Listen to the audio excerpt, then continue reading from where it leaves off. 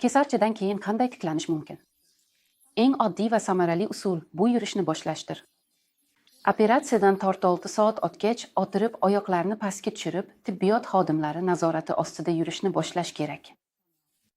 Yordam so'rashdan qo'rqmang. Endi esa kichik, lekin muhim tavsiyalar. Varikoz xavfini kamaytirish uchun kamida 10 kun kompression ichki kiyim kiying. Kesarchidan so'ng bandaj kerak emas, lekin agar siz u bilan qulayroq his qilsangiz, uni kiying. Ichak faoliyatini kuzatib boring va agar kerak bo'lsa, mikroklizma yoki shamchalar ishlating. Eng asosiysi, ich qotishiga yo'l qo'ymang.